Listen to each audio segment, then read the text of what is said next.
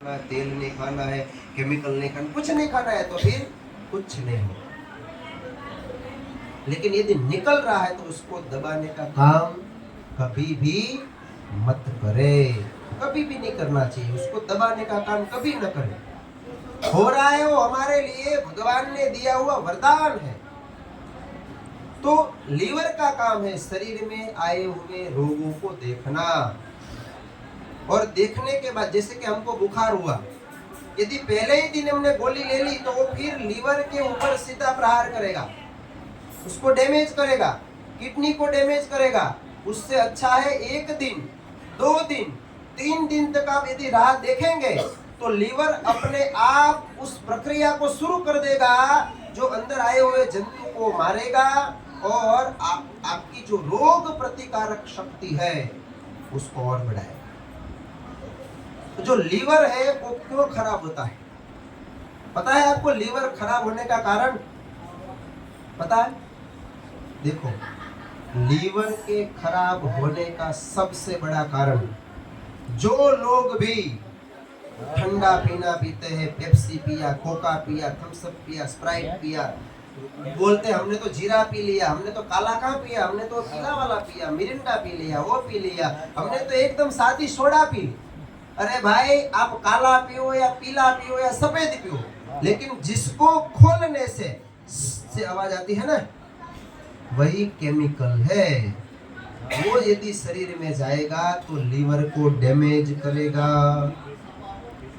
तो जितने भी ठंडे पीने हैं तो अंग्रेज लोग लेके आए ना, हमारे इधर तो इतनी सारी चीजें थी, इतने प्रकार के जूस थे, दूध था, फ्रूट के जूस थे, बहुत सी सारी चीजें, दूध दही घी सब था खाने के लिए।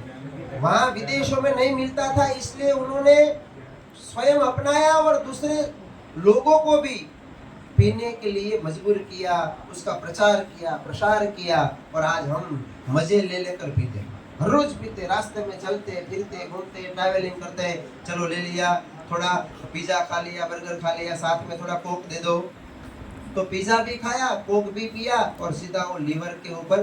तो बहुत लोग क्या बोलते हैं पता है? बहुत से लोग आके बताते हैं स्वामी जी हम तो इतने साल से, 10 साल से, 15 साल से खा रहे, हमें तो कुछ नहीं होता। तो देखो, हमारा जो शरीर है ना, उस शरीर की रचना कैसी है पता? 35 साल तक आदमी के अंदर इतनी एनर्जी पैदा होती है। जैसे कि मैंने बताया कि हमारा शरीर पूरा कोश के ऊपर आधारित है, छोटे छोटे बबल्स वो नए बनते हैं। जब आदमी की आयुष्य 15, 16, 17, 18 साल तक होगी ना, तो एक कोश मृत्यु पाएगा तो दूसरे 2-3 और जिंदा हो जाएंगे। इतनी एनर्जी हमारे शरीर में भगवान ने हमको दी है। लेकिन 35 साल के बाद वो धीरे धीरे धीरे धीरे खत्म होने लगती है।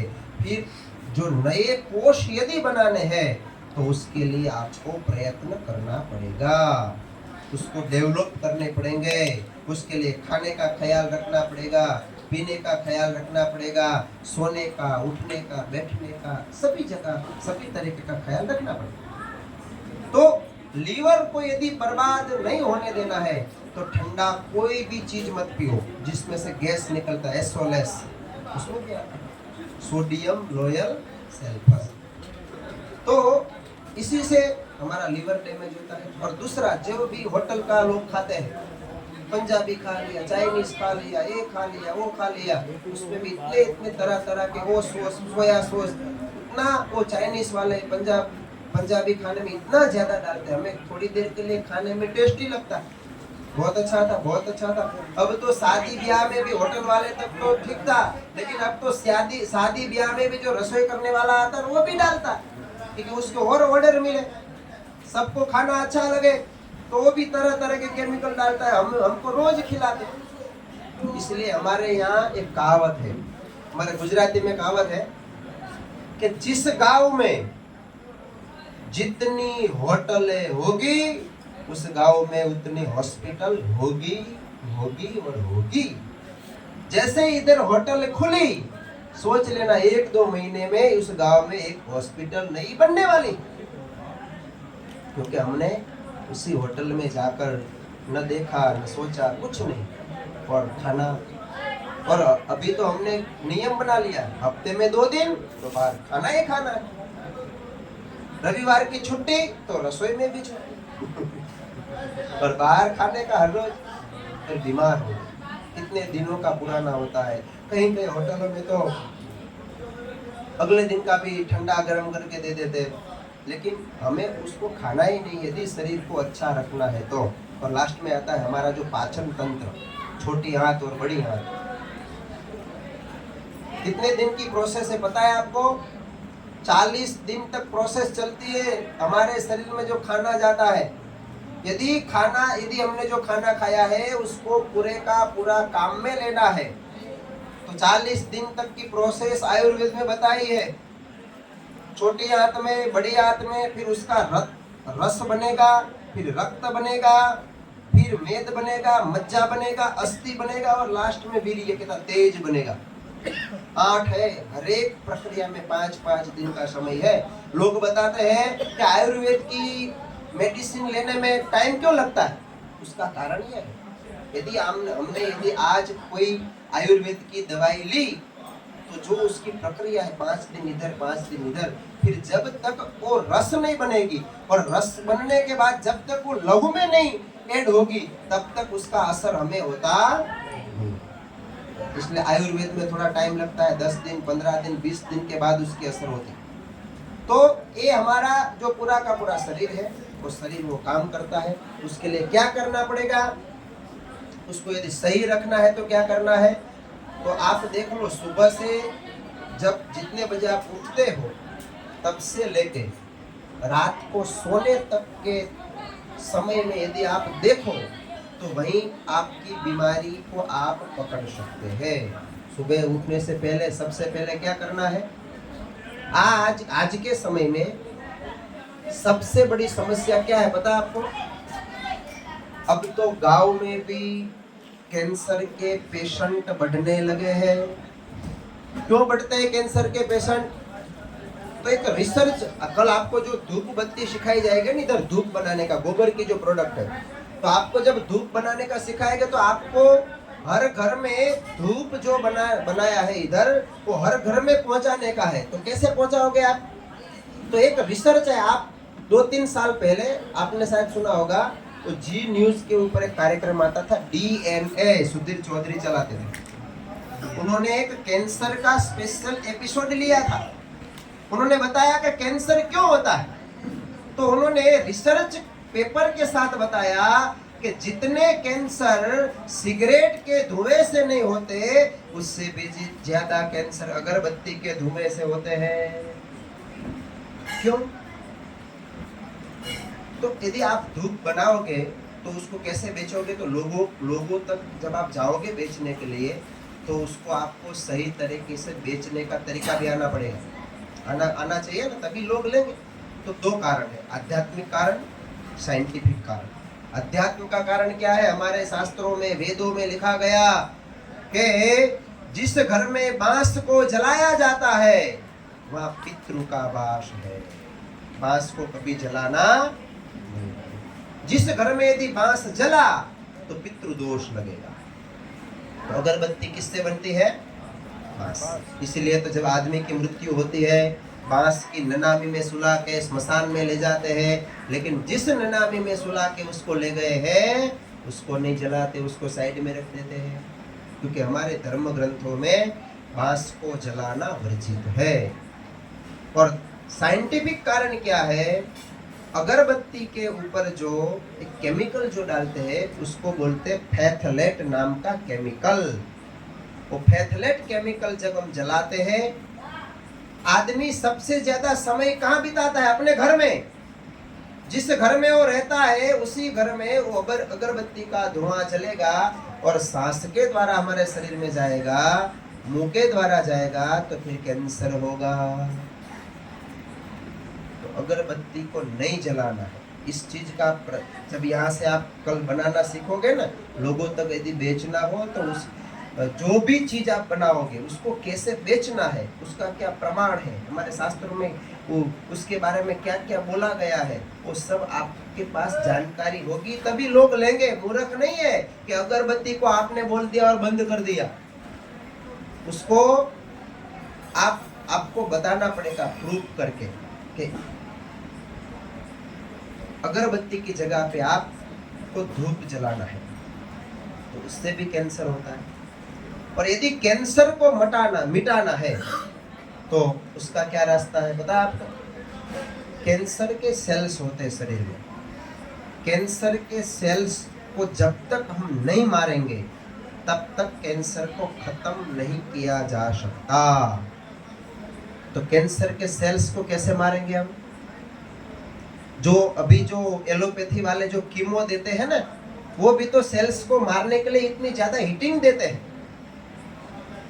तो सेल्स को बिना एलोपैथी के, बिना कीमो के मारने का तरीका क्या है? तो कैंसर के जो सेल्स है उसको यदि मारना है तो कैंसर के सेल्स को जो बल देता है उसका जो मार्ग है उसको काटना पड़ेगा। उसको बल किससे मिलता है? क्योंकि गेहूं खाने से, चीज खाने से, पनीर खाने से, बर्गर खाने से, मैदा खाने से, सभी चीजों का सेवन करने से कैंसर के जो सेल्स है वो एक्टिव होते हैं ज्यादा, तो सब खाना बंद करना पड़ेगा। इसीलिए देखो 2018 में 2 वैज्ञानिक को अवार्ड दिया गया। एक थे अमेरिका के वैज्ञानिक जिसका नाम था जेम्स पी एलिसन, एक था जापान का वैज्ञानिक जिसका नाम था तोशोको होंजो। दोनों ने सालों तक रिसर्च किया कैंसर को कैसे मिटाए। बहुत सालों तक रिसर्च करने के बाद भी उनको ऐसी कोई दवाई नहीं मिली कैंसर को मिटाने की। और रिसर्च करते करते करते करते सालों तक उन्होंने उसमें समय व्यतीत किया, तब एक ही रास्ता मिला। यदि कैंसर को खत्म करना है तो 15 दिन में एक बार उपवास करना पड़ेगा। इसलिए हमारे ऋषि मुनियों ने हमें एकादशी का व्रत दिया, कैंसर ना हो। कैंसर के सेल्स को किसी दवाई से नहीं मारा जा सकता। या तो आप गौमूत्र से मार सकते हो या फिर भूखे रहकर मार सकते हो। तो हर 3-4 दिन में कैंसर के जो पेशेंट है उसको उपवास करना पड़ेगा। कुछ नहीं खाना है, पानी भी मत पियो। निर्जला उपवास जिसको बोलते हैं ना, निर्जला उपवास करने से सारे कैंसर के सेल्स खत्म होते हैं। उसी तरह हमारे आज दांत खराब होते हैं, आंखें खराब होती है, कान खराब होते हैं, पूरा जीवन खान पान के कारण खराब होता है। जैसे कि अभी आपको दंत मंजन बनाना सिखाया ना, तो दंत मंजन यदि आप लोगों को देंगे तो कैसे लेंगे? आपने यदि बता दिया, एक पोस्ट डाल दी, तो उस तरह से कोई नहीं लेगा। आपको उसको लोगों के बीच में जाना पड़ेगा, प्रूफ करके बताना पड़ेगा, उसको समझाना पड़ेगा कि इसके कारण कैंसर होता है, इसके कारण ये होता है। तो दंत मंजन यदि बेचोगे तो आप क्या करके बेचोगे? देखो, जहाँ भी आप बेचोगे बना के, उसको एक ही बात बताना है, आप कौन सी टूथपेस्ट यूज करते हैं। जैसे कि भारत में 50 साल से भी ज्यादा सालों से टूथपेस्ट यूज की जा रही है। तो आज बताओ 50 साल के बाद यदि टूथपेस्ट से दांत अच्छे होते तो दांत के दवाखाने बढ़ने चाहिए कि घटने चाहिए? घटने चाहिए ना। यदि टूथपेस्ट से दांत अच्छे होते तो दवाखाने घटने चाहिए, लेकिन घट रहे हैं कि बढ़ रहे? गली गली में दांत का डॉक्टर बैठा। तो इसका मतलब है टूथपेस्ट से कभी दांत अच्छे नहीं होते। और फिर आप जो लोग जो भी टूथपेस्ट यूज करता है उसको बताओ, आप उसको पढ़ो, उसमें जो इन्फॉर्मेशन दी हुई है उसमें आपको सब वार्निंग दी जाती है। इतने साल से छोटे बच्चे को मत दो, आफ्टर 7 years यूज, 7 साल के बाद ही बच्चों को दो तो कितना दो? यूज टू पी साइज, एकदम मग को मूंग के या बटाने के दाने के तरह छोटा सा दो, ब्रश के ऊपर लेके। यदि ज्यादा ले रहा है या 7 साल से छोटा बच्चा यदि ले रहा है तो आप डॉक्टर के पास उसे ले जाओ, कैंसर भी हो सकता है। तो टूथपेस्ट से सबसे ज्यादा कैंसर होते हैं, सबसे ज्यादा कैंसर टूथपेस्ट से। क्योंकि सुबह जब हम उठते हैं तो हमारा पेट खाली रहता है। खाली पेट सबसे अच्छा खुराक अंदर देना है। लेकिन हम क्या देते हैं, एसोलेस यानी टूथपेस्ट। जब एक रिसर्च आया कि जब आदमी को अटैक आता है ना, तब डॉक्टर उसके जीभ के नीचे एक गोली रखते, सॉर्बिट रखते, 7 सेकंड में हार्ट तक उसकी असर होने लगती है, 7 सेकंड में, उसमें भी एसोलेस है। तो सोचो, एक गोली खाने से 7 सेकंड में हार्ट तक यदि उसकी असर होती है, तो 2 या 3 मिनट तक ब्रश घिसने से क्या होगा, कितना नुकसान होगा। जो गोली में है वही इसमें। और हम हिंदू कहते हैं हमको, और हिंदू के लिए तो भी खाने भी करने भी योग्य नहीं, उसमें और नॉनवेज चीजें भी डाली जाती, कई जानवरों की हड्डियां डाली जाती है, किसी की चर्बियां डाली जाती है। तो हम कैसे कह सकते हैं हम हिंदू हैं, हम नॉनवेज नहीं खाते, नहीं बोल सकते। तो दांत खराब टूथपेस्ट के कारण हुए, तो उसका विकल्प तो क्या है, आप हमारा दंत मंजन यूज करो। हर रोज छोटे बच्चे से लेकर बड़े सब एक बार उंगली पे लिया, प्लास्टिक की कोई चीज यूज नहीं करना, ब्रश के ऊपर दंत मंजन नहीं लेना है, हाथ में लेके करना। क्योंकि वो जो यदि आप प्लास्टिक करोगे तो प्लास्टिक भी तो एसोलेस है, तो उसी से दांत खराब होते हैं। उसी तरह हमारा पूरा जो शरीर है वो इस तरह से खराब होता है। उसको यदि अच्छा रखना है तो गौ माता को अपनाना पड़ेगा, गाय के दूध को अपनाना पड़ेगा, गोबर को अपनाना पड़ेगा। क्योंकि सबसे देखो, सबसे ज्यादा ऑक्सीजन देने वाला यदि कोई प्राणी है 84 लाख योनियों में, तो एक सिर्फ गौ माता है। गौ माता 24 घंटे ऑक्सीजन देती है। इसलिए आप जब भी गौ माता के पास जाओगे ना, आपकी कितने भी आप माइंड से अपसेट है, यदि गौ माता के पास गए, 10 मिनट 15 मिनट 20 मिनट यदि रुके, तो आपका जो मन का जो प्रॉब्लम है वो ठीक हो सकता है। एक रिसर्च आया, अमेरिका वाले क्या करते हैं पता, गौ माता के पास 90 मिनट बैठने की उनकी एक थेरापी है। 90 मिनट तक गौ माता के पास बैठने के लिए इंडियन करेंसी में 22,000 रुपए चार्ज करते हैं, सिर्फ बैठने का। उसको नहीं दूध मिलता है, गौमूत्र मिलता है, न गोबर मिलता है, सिर्फ बैठना है, उसके साथ हग करना है, उसके ऊपर हाथ घुमाने का 22,000 रुपए का चार्ज है। न्यूजीलैंड में भी इसी तरह गाय के पास बैठने का चार्ज लेते 3,000, कई देशों में 4,000, और हमारे इधर तो रास्ते में घूम रहे हैं, फिर भी हमें कोई कीमत ही नहीं उसकी। उनके पास तो ओरिजिनल है भी नहीं, गाय देसी ओरिजिनल तो उनके पास है भी नहीं, फिर भी उसके पास बैठने का चार्ज है। हमारे पास ओरिजिनल ब्रीड है, अच्छी गाय है, फिर भी हम उसको नहीं संभाल सकते। इसलिए पंचगव्य का ज्यादा से ज्यादा हम प्रयोग करें, सभी प्रकार के प्रोडक्ट बनाए, स्वयं सेवन करें। जो आदमी हर रोज गौ माता को धोएगा ना, उसको कभी भी अटैक नहीं आता, कभी भी। जो हर रोज गौ माता को यदि दोहन करेगा ना, तो कभी अटैक नहीं आता। इतनी एनर्जी यूज होती है शरीर में। देखना, आप एक गौ माता को धोएगे तो पसीना हो जाएगा। तो मैं हर रोज 8-10 गौ माता को हर रोज धोता हूँ, हर रोज, एक दिन भी खाली नहीं। हमारा आदमी है, फिर भी जब भी मैं हमारी गौशाला में यदि धांगध्रा में रहूंगा, जब जितने दिन महीने में यदि 20 दिन भी रहा, तो 20 दिन धोने के लिए मैं एक टाइम में जाता हूँ, शाम के टाइम में मैं ही धोने के लिए जाता हूँ। आदमी को बोलता आज तुझे नहीं धोना, तू बैठ जा, आज मैं ही सारी गौ माता को दोहन करूंगा, 10 हो 11 हो 9 हो, जितने भी हो। तो स्वयं को आना चाहिए धोना। यदि गौ माता को रखना है, गौ माता से बनी हुई चीजें लोगों तक हमें पहुंचानी पड़ेगी, गौ माता का प्रचार प्रसार करना पड़ेगा, तभी गौ माता को हम बचा पाएंगे, मानव जीवन को बचा पाएंगे, मानव जीवन को हम स्वस्थ और सुरक्षित रख पाएंगे। इसलिए 3-4 साल से मैं इस विषय पे काम कर रहा हूँ। हमारे धांगध्रा में गौशाला है, और गायों से जहाँ पे हमारा सत्संग होता है, तो सत्संग 5, 10, 15 मिनट का ही मैं करता हूँ।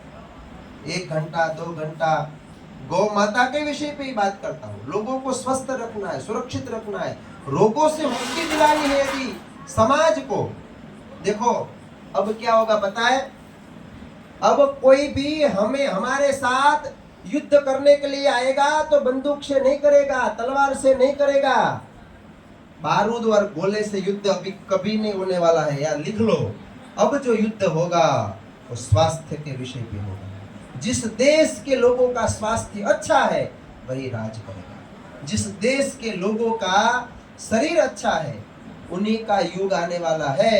इसलिए तो एक दूसरे देश वाले को बीमार करने के लिए ये कोरोना जैसे रोग फैलाए जाते हैं, वायरस फैलाए जाते हैं, ऐसी ऐसी गोलियां दी जाती है कि लोग खाते रहे। आज अमेरिका वाले क्या करते हैं पता है, बच्चे को बुखार आया, डॉक्टर के पास गए तो डॉक्टर मना करता, हम गोली नहीं देंगे आपको। क्यों? आप घर में जाओ, उसको सुलाओ, उसके ऊपर एक कपड़ा लो, उसके ऊपर ठंडा पानी लगाओ और उसके सिर पे रख दो। तो यही तो बात हमारे बुजुर्गों ने आज तक की है, तो हम भूलते जा रहे हैं, वो लोग अपनाते जा रहे हैं। तो यही हमें करना है और पंचगव्य का ज्यादा से ज्यादा सेवन करें, हमारे शरीर को स्वस्थ रखें, तंदुरुस्त रखें, क्योंकि स्वस्थ जीवन ही सच्चा सुख है। स्वस्थ जीवन से ही हमारा समाज, हमारा परिवार, हमारा घर वो सुरक्षित रहेगा। जय गौ माता। जय गौ।